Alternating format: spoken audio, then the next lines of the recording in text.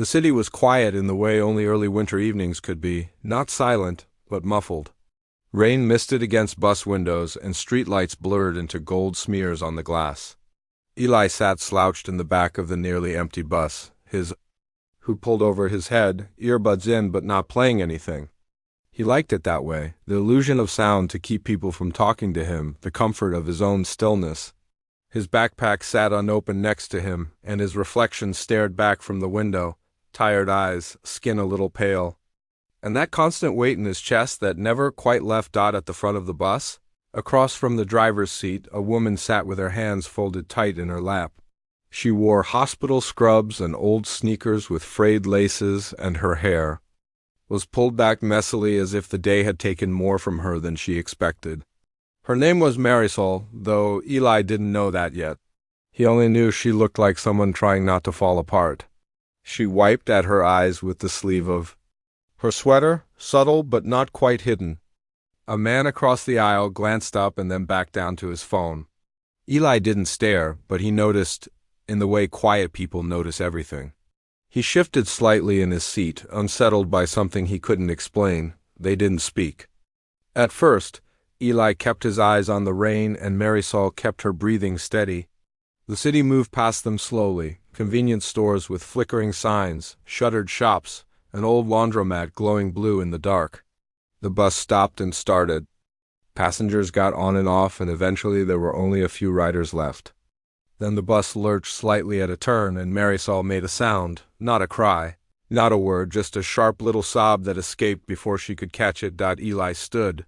Slowly, unsure of why, he walked forward and sat across the aisle from her. He didn't face her directly, just sat sideways, one leg tucked under the seat, and looked forward. His voice was quiet, barely more than a breath. "You okay?" The words sounded clumsy in the air, too small for the moment. Marisol blinked, startled more by the source of the question than the question itself. She offered a tight, embarrassed smile and nodded quickly. "Rough day," she said.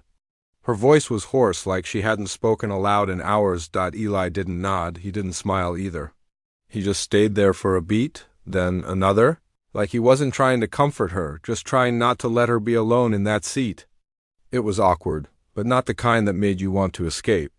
The kind that made you want to breathe through it. "I'm fine," she said after a pause, brushing her cheeks. "You don't need to worry about me." Eli looked down, then back toward the window, the weight of a dozen unsaid things in his silence. Then, almost to himself, he said, "I didn't ask if you'd be fine, I just asked if you're okay." She didn't respond. He walked back to his seat. For a while, the rain did all the talking. A few stops later, Eli stood to leave.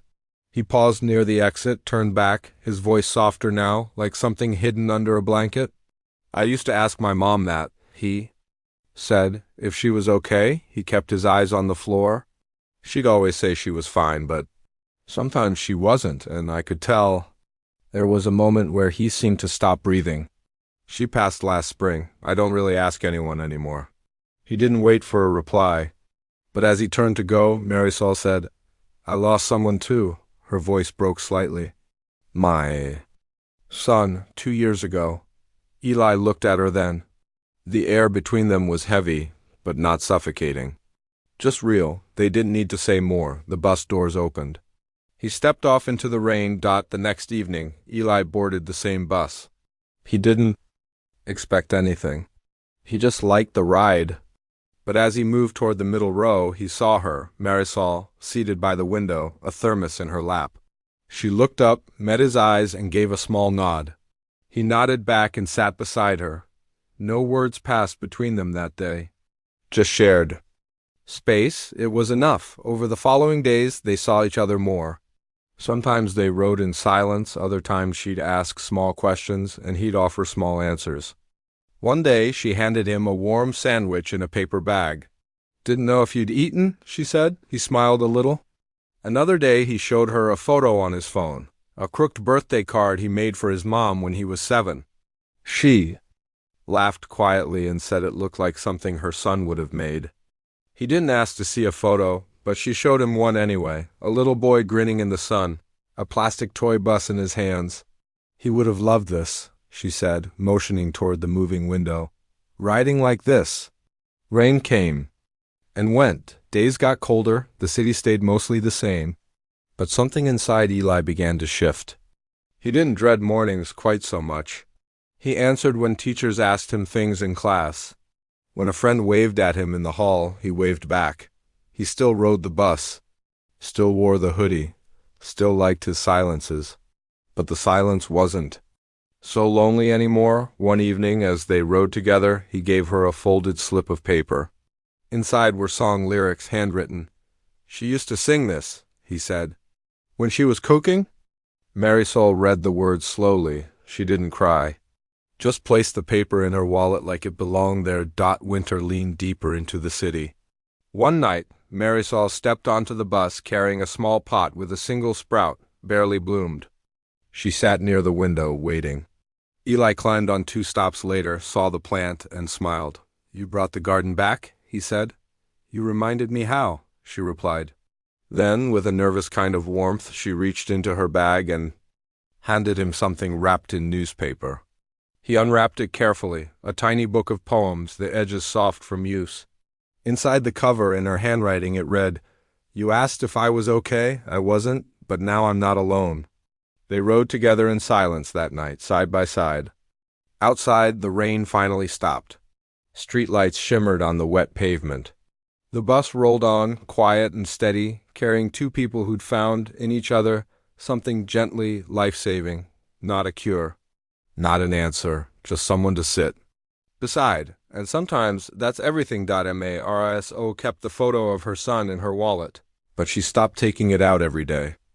Some days, she just kept her fingers pressed to it through the leather, as if that small act was enough to remember him. On the bus, Eli sometimes looked like he was carrying 100 words he didn't know how to say. But now, there was space between them, a quiet room between 2 hearts, where those words didn't have to be said out loud to be heard. They never talked about plans, never exchanged numbers, never made promises. Yet somehow they kept meeting. Different stops, different times, but always around dusk, always around the time when the light outside faded just enough to make the inside of the bus feel like its own world. One evening, Eli boarded with wet hair, his hoodie soaked through. He looked colder than usual. Marisol opened her bag and handed him a clean scarf, loosely wrapped. He hesitated, then took it wordlessly. "My son hated scarves," she said with a smile. "Said they made him look like a snowman." Eli gave a small laugh, wiping his glasses. "You still brought one," he said. She shrugged. "Some habits. You keep, some you start again?" Another day she was already seated when Eli stepped on, and she had a small notepad in her hands. She was sketching something with a pencil, rough lines, simple strokes. He leaned slightly to peek. It was a child's face. Not exact, more like a memory being drawn slowly. "I forgot what his smile looked like," she whispered, not looking at Eli, "so I'm trying to remember it with my hands." He said nothing, just reached into his bag and pulled out a piece of paper from his English notebook. Torn from the corner, it had a few pencil marks, a tiny sketch of a birthday cake. Uneven and wobbly. "Mom's last birthday," he said. "I never learned to draw." But she liked it. Marisol looked at the sketch for a long time. "It's perfect," she said. "It looks like something made by love." Some nights they rode without saying a word, just watching the world pass, headlights, windows, rainy sidewalks, people going home to places they hadn't seen. But it didn't feel like nothing. It felt like everything unspoken between them was being carried by the rhythm of the engine, the slow breathing of the city, and the shared presence of 2 people who didn't need noise to feel close. When the holidays came, the city changed. Lights went up in windows. Stores played music that was too cheerful for the kind of grief they each carried. One day, Eli got on the bus and looked tired, more than usual. His eyes were puffy, like he hadn't slept. He didn't speak. Just sat down next to her, pulled his hood up, and leaned against the window. Marisol didn't ask. She just reached into her bag and handed him a small foil-wrapped square. Inside was a chocolate truffle. "He used to sneak them into my coat pocket before work," she said, "so I'd find them halfway through a shift. It was the best part of my day." Eli unwrapped the chocolate slowly, held it in his palm, then ate it. He didn't say thank you. He didn't have to. They passed a street musician playing violin on the corner. The melody was slow, aching. Marisol closed her eyes. This was playing in the hospital lobby the night he left. Eli looked at her, then back at the window. I was wearing this hoodie when Mom got her last scan, he said.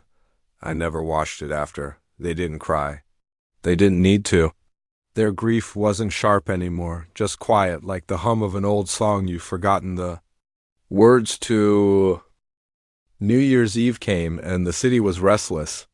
People rushed around with fireworks, laughter, countdowns. Eli boarded the bus late, just a few minutes before midnight. Marisol was already there. She held a small paper lantern folded flat. My neighbor's kid gave me this, she said. You're supposed to write a wish and let it go. Eli took it and turned it over in his hands. I don't believe in wishes, he said. Me neither, she replied. But sometimes you need to let something go anyway. He reached for her pen and wrote a single word. Guilt. She saw it and didn't speak. Just nodded. She wrote. Silence. They didn't light it. They just folded it back up and tucked it between the seat cushions. A secret between them. And the bus. The city burst into noise as they rolled past neighborhoods lighting the sky. Eli looked at her, smiling faintly. Happy New Year, he said. Happy New Year, Eli, she replied, and that was it. No grand moment, no hug. Just a quiet beginning. Weeks later they started talking more. Not about their grief, but about everything else. Music, books, the weird man who always got on at 9:12 with a birdcage, the old lady who wore 3 coats no matter the weather. Eli told her about his dream of being a writer. Not a famous one, he clarified. Just someone who notices things. She laughed. You already are. One afternoon, Marisol wasn't on the bus. Then the next. And the next. Eli didn't panic, but the silence stretched longer than usual. On the 4th day, he boarded late and found her sitting at the very back, holding a paper envelope in her hands. She looked up and smiled, tired but brighter. Then before I started therapy, she said. First session was harder than I thought? He sat beside her. Good hard or bad hard? He asked. Necessary hard, she answered. They rode in silence again. Not because there was nothing to say, but because they were finally full of things they didn't need to explain. In the final days of winter, the first signs of spring came, the trees budded, and the bus smelled faintly of dust and warmth. Marisol handed Eli a photo, a new one. A garden, green, alive, bursting with color. I planted it again, she said. I think he'd be proud. Eli took the photo and folded it into his notebook. He would, he said. He pulled something from his backpack. A thin stack of pages, typed, the start of a short story. It's not finished. He warned. I hope it never is, she replied. The bus kept moving. The city kept living. And 2 people who had once ridden in silence now shared something. More lasting than words, presence, memory, and a quiet promise that even grief, when seen by another, can bloom into something like hope. Would you like me to continue their story even further? Into the next season? Next chapter of healing? Or a new challenge they face together? The first truly warm day of the year arrived unexpectedly. The city peeled off its heavy coats. Windows opened. Children played again in front yards that had been gray for months. On the bus, sunlight slanted across the seats and made the dusty poles glow gold. Eli boarded with his hoodie unzipped for the first time in a long while. His hair was longer now, curling slightly at the back. He looked older, not in years, but in the way people do when they've been holding something heavy and finally start to set it down. Marisol was waiting. She had a small coffee thermos balanced on her knee and a folded newspaper tucked under one arm. She looked up as he entered and smiled.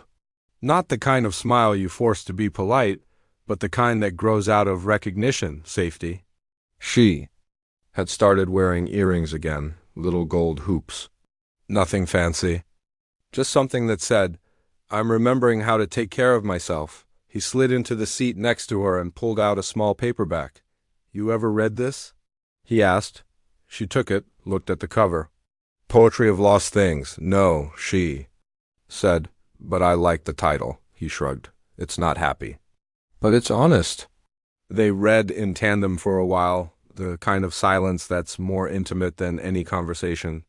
Sometimes she'd tilt the book slightly toward herself to read a page, and he'd tilt it back when it was her turn. Around them, the city carried on, stops came and went. Passengers moved in and out, but the moment stayed still that evening. They got off together at a stop neither of them had used before. No plan, just something wordless that passed between them and made them both stand at the same time. Outside, the air smelled like thawing earth and soft blossoms. They walked without speaking for a while, turning down a narrow street lined with old brick houses and uneven sidewalks. Eventually, they reached a small park, one of those forgotten city patches with a single bench and a tree that looked older than the block itself. Marisol sat first. Eli hesitated, then joined her. They watched a boy chase a kite across the grass. His laughter floated into the sky, caught in the wind. "My son loved kites," Marisol said after a long pause. "He'd crash them more than he'd fly them, but he never stopped trying." Eli picked at the frayed hem of his sleeve. "I haven't been back to the cemetery, not since the funeral." "You don't have to," she said gently. "Memory doesn't live in one place." He nodded, then, "I thought it made me a bad son." Marisol looked over. "No, it makes you a human one." They sat in the quiet after that, the kind that felt more like rest than absence. The bench creaked as they leaned back. A soft breeze passed through the tree above them and dropped a single blossom at their feet. "Do you think," Eli asked slowly, "that people ever really stop grieving?" "No," Marisol said, "but I think grief changes shape. At first it's sharp, like glass. Eventually it becomes something softer, something you can carry without bleeding every time you touch it." He let that sit inside him. He didn't cry, but his eyes looked fuller, more alive. "You always know what to say." "I don't," she smiled, "but I know how to stay." That night, before they parted ways, Marisol gave him a letter. "For when you need to hear something true?" "But I'm not there to say it," she said. He didn't open it then, just tucked it into his backpack like a secret he wasn't ready to unwrap. The next few weeks passed in familiar rhythm. Bus rides, quiet jokes, shared snacks. Pages of Eli's stories passed back and forth, now with Marisol's notes scribbled in the margins, kind, careful, thoughtful. She circled lines she liked, underlined ones that made her pause, left little check marks next to sentences that held something deeper. One page read, "The boy thought no one could hear the noise inside him." Until one day someone did, and didn't try to turn it down, just sat and listened until it stopped. "Hurting so much." She drew a tiny heart in the margin. He didn't say anything when he saw it, just smiled quietly and folded the page back into his folder. Then came the morning Eli didn't show up. The bus came and went. Marisol waited. A day passed, then two. She tried not to worry, but she felt the absence like a limb missing. On the third day, she wrote a short note and handed it to the driver. "For a tall, quiet boy with a brown backpack," she said. The driver raised an eyebrow but nodded. On the fifth day, Eli returned. He boarded slowly. His eye was swollen, a bruise on his cheekbone, fading but visible. He wore the hoodie again, pulled tight. She didn't speak right away, just looked at him. He didn't meet her gaze. "Stepdad," he muttered. Her jaw tightened. "I didn't want you to see me like this." She reached across and gently touched his sleeve. "You let me see you exactly as you are. That's the bravest thing you've done." He didn't respond right away, but later, as the bus rattled over a bridge, he took out her letter and read it for the first time. Inside, in neat handwriting, were 4 lines. "You are not broken. You are still growing. You do not have to be strong every day. You only have to keep showing up." He folded the letter and held it in his hand for the rest of the ride. Spring bloomed fully. The bus felt warmer now, brighter. Marisol started wearing brighter colors. Eli began sitting without his hood. The silences between them weren't empty. They were whole, They began to plan small things. A coffee at the end of the line. A walk through the garden she'd planted. A reading of Eli's first finished story at the local library. He asked her to sit in the front row. "I don't know if anyone else will come," he said. "I'll be enough," she replied. And she was. That night he stood at the podium, voice shaking at first, then steadier. He read his story about a boy on a bus who noticed a woman crying and how everything changed with one quiet question. People listened. Marisol's eyes shone, but she didn't cry. Not because she wasn't moved, but because this was joy now. Grief had made room. After the reading, he handed her the last page of the story. She turned it over. On the back was a dedication. For the person who stayed. She hugged him then. Their first hug. It was quiet, strong, healing. Outside, the night was cool but kind. The stars blinked through the city haze. They walked to the bus stop side by side. No destination. Just enough time left in the night to share one more ride. Would you like to keep following their story as it moves into summer, maybe as Eli graduates? Or Marisol confronts something from her past? I can keep going as long as you want. The days stretched longer. The golden hour lingered over rooftops and made the bus windows glow amber by the time Eli boarded each evening. He was 17 now, almost done with his last year of school, though he rarely talked about it. Marisol knew he was smart, not just in the way he wrote, but in the way he noticed everything. How he always gave up his seat for the elderly man who boarded with a limp. How he watched the weather with the kind of care most people reserved for people they loved. How he still sometimes wore his mother's old bracelet beneath his sleeve. Marisol had started bringing 2 cups of tea with her, each in a mismatched travel mug. She never asked if he wanted one. Just handed it to him, and he always accepted. One day it was chamomile. The next, ginger and honey. "This one's supposed to help when things feel loud," she said. Eli didn't ask what she meant. He already knew one evening. He stepped on the bus carrying something new, a rolled-up piece of cardboard, the kind used for school projects. He looked sheepish. "What's that?" she asked. He shrugged. "Final presentation.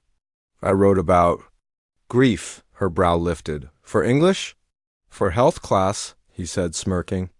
"They said we could choose a topic that affects mental well-being, and you chose that?" He looked down. "It's all I know how to talk about." She rested a hand gently on his shoulder. "And talk about it the way only you can." That same week, Marisol received a letter in the mail she hadn't expected, from her late son's former school. A tree was being planted in his honor, part of a new memorial garden for children lost too soon. They'd chosen her son as one of the names to be remembered first. The ceremony was scheduled on a Saturday morning. She folded the letter 3 times before placing it under a book. Then she unfolded it again and again. The idea of standing in a place full of parents with the same ache in their chest terrified her. But something had shifted inside her lately. Something steadier. So when Saturday came, she boarded the bus a stop early.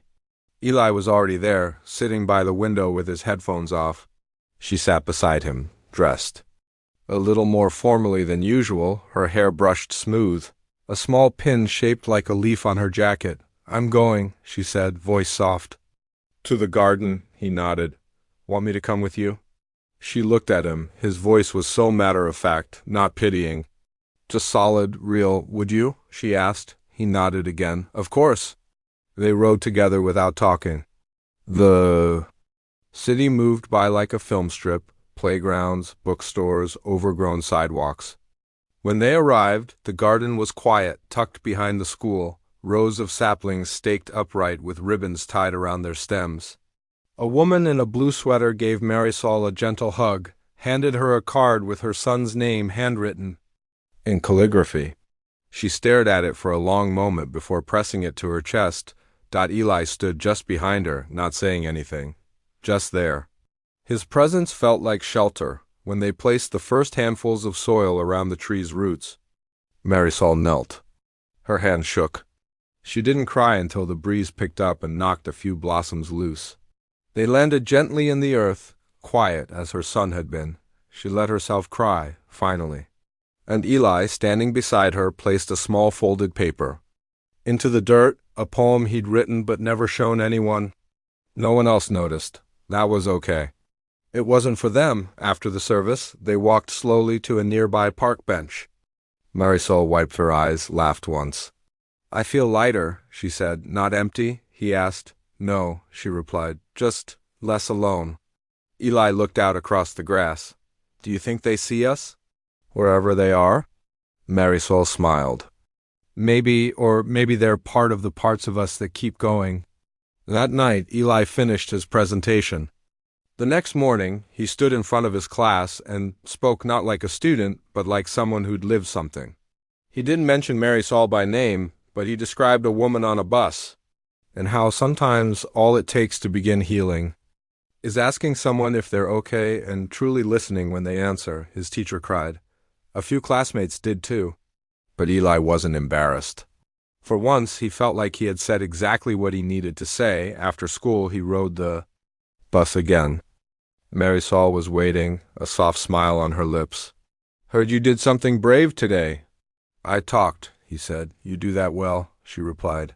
They watched the sun stretch across the windows, turning everything gold. A few days later, Marisol showed up with a small backpack. "I'm taking a trip," she said. Eli's face changed slightly. "Where?" "Just a few days," she reassured. "Visiting my sister. Haven't seen her in years. I'm nervous, but I want to go." He nodded. "You should," she paused. "You'll be okay?" "Yeah," he said. "I've got the bus." She smiled, touched his hand gently. "I'll bring you back a story." When she left, he sat alone on the bus again, for the first time in months, but the emptiness didn't feel like it used to. It felt like space, like waiting, like hope. A week passed. Then another, one afternoon as he boarded, he found a package waiting on his seat, a small notebook wrapped in brown paper. Inside, a postcard. "Found this in a bookstore 2 towns over. Thought it looked like something you'd carry around. I miss our rides. Be back soon." And Eli flipped through the pages. The first was blank, but on the inside cover she had written, "Write it all down, even the quiet parts." He smiled, then looked out the window as the bus pulled away. The city rolled past, still full of strangers, still full of grief, but not quite as heavy, not quite as lonely. He opened to the first page and began to write. The notebook Marisol left became part of Eli's daily rhythm.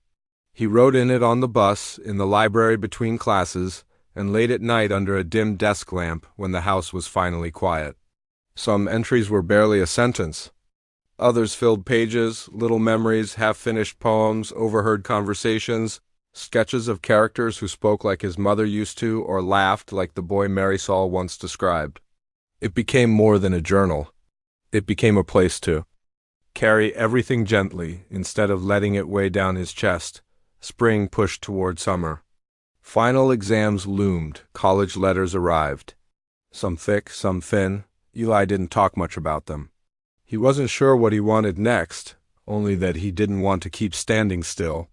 Every evening he rode the bus, and every evening her seat remained empty, but her absence no longer felt like a loss. It felt like the pause between lines of music, the kind that lets the next note land more beautifully. Then, one Friday evening in early June, he stepped onto the bus and found her there, seated in her usual spot, hands folded over a new book in her lap. She looked up, her eyes already smiling. "Took your seat," she said. He laughed. "You can have it." He sat beside her, and for a moment they just looked at each other, not searching, not catching up, just seeing. She looked well, sun-touched, peaceful in a way he hadn't seen before. "How was your sister?" he asked. "She cried when I arrived, then yelled at me for not visiting sooner," Marisol said. "She made this terrible lasagna that tasted like old wallpaper. I loved it." Eli smiled. "Sounds like family." She nodded. "We talked about him, a lot. She told me things I'd forgotten. I laughed so hard at one story I dropped my plate." "Good," he said softly. "You should laugh." "I know," she replied. "I finally believe that." She pulled something from her bag, a faded photo, gently bent at the corners. It showed two little boys, one of them hers, chasing each other barefoot across a field. I'd forgotten. This existed, she said. I want you to have it. Eli hesitated. You sure? She nodded. You carry him with care. That's enough. He took the photo, slid it into the back of the notebook she'd given him. For a while, neither of them spoke. Then he said, Graduation's next week. She looked over, eyebrows lifted. Already? Yeah, I wasn't sure I'd even go. He said, but I think I will. You should. Would you come? He asked, the words quiet, careful. Marisol reached for his hand. Of course I'll come. So she did on a warm Thursday evening. She sat in the third row of a creaky auditorium, surrounded by parents and relatives and restless siblings holding bouquets. She wore her favorite blouse and that same leaf-shaped pin, and when Eli's name was called, she stood and clapped. Tears in her eyes, he accepted his diploma with his head held high, searching the crowd until he found her. And when he did, he gave the smallest nod, just for her after the ceremony. While the crowd swirled around them, she handed him a tiny box wrapped in brown paper. Inside was a pendant, not gold, not silver, just brushed steel, simple, on the back engraved in tiny letters. Keep asking, keep writing. He turned it over in his fingers. I love it, he said. She smiled. I wanted to give you something to carry forward. Something quiet. They sat on the steps outside the auditorium as night fell, sharing a bag of peanut M&Ms she'd brought in her purse. Around them, graduates shouted, hugged, took photos. But Eli didn't need that. He had what mattered. I think I want to study literature, he said at last. Maybe teach. Maybe write books no one reads but still matter to someone. That sounds perfect, Marisol said. What changed? He looked over at her. Someone stayed. She reached over, squeezed his arm gently. So did you. As summer deepened, they kept riding the bus, though less often now. Eli picked up a part-time job at a used bookstore 2 towns over. Marisol volunteered on weekends at a grief support group. They talked about everything, the small moments, the days when the ache came back without warning, the recipes she was relearning, and the short stories he was finally submitting to real magazines. Sometimes they rode the bus just to nowhere in particular, just to ride, just to sit. Some rides were quiet, some were full of laughter. One was interrupted by a small boy who tripped down the aisle and landed in Eli's lap, blinking up at him. Eli steadied him, and the boy smiled wide before running off. That, Marisol said, after a long moment, was exactly how my son introduced himself to strangers. Eli didn't reply right away. He just smiled and said, Then I'm honored. In late July, they sat together on the same park bench where they'd first talked, about kites and grief and memory. The tree nearby was taller now.